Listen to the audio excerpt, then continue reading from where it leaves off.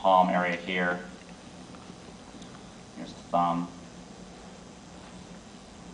And these are just like generic shapes for fingers. But again, it's that sort of same philosophy. You know, they're all fanned out here. Now, like, you know, you've got some like Scarlet Witch or something like that shooting a power blast at you or something. And you'll see this is sort of the basic shape that I use for women's fingers. They're very long and slender. I tend to, this is, by the way, what I'm doing right here. That's something I do constantly.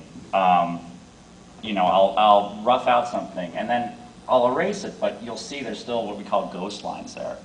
And that's a great way of sort of allowing you to have a second pass at your drawing, but draw it confidently. Let's say that one there I wasn't feeling for sure if that's what I wanted to do.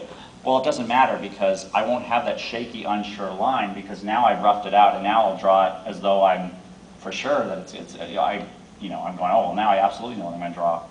So you can kind of throw in some style and quick, you know, strokes and that kind of thing, which really gives your work purpose. So sometimes I've heard that with comic book art, you can have a lot of people who don't really know their anatomy all that well, but if they draw it with confidence, that's all that matters. Like, you just want to be looking at somebody who thinks they know what they're doing. Right? And so I find even like if I'm drawing back muscles, for instance, I'll be honest with you, I don't know where every little back muscle is supposed to be. I know the general shapes, but I always draw it as though I know. Because like if I draw a very confident, convincing lines, you're going to think like, well, he must know where all the back muscles go. He didn't seem to fuss with it. If I've got a shaky, sort of unsure line, and I'm constantly, you know, like scratching at it, you're going to go like, yeah, this guy doesn't seem like he really was convinced this is what he should have been drawing, and you don't want that. So by having underdrawing it, it does allow you that ability to sort of have a second pass and do it with like I said, with confidence. And with women's fingers, I always tend to have like a little platform, like which is kind of like the nail. I mean, not every superheroine has manicured nails, but it's just a general. And then here's the first part of the finger, and then I sort of flare it out a little bit for the lower. So this would be your first knuckle, and this is your second knuckle, and it kind of, so there's a swelling here, and then a sort of a thinning right around here. And again, much like the leg, you know, here's a straight line, and then you've got the under part, which is the soft, squishy, curvy part, and that's so much of women's anatomy, especially. It's sort of those opposing shapes, you know.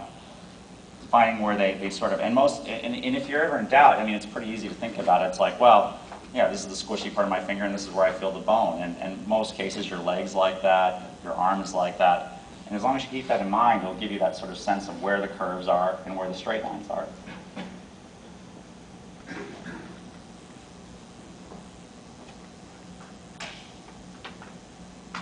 So you kind of get the idea there. And then I could probably, like, for a hand like that, you know,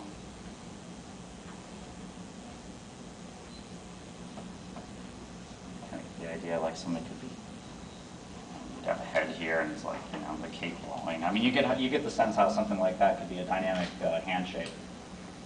But I mean, gosh, I mean, I could talk about that, I'm sure, forever. There was a question about angles of heads.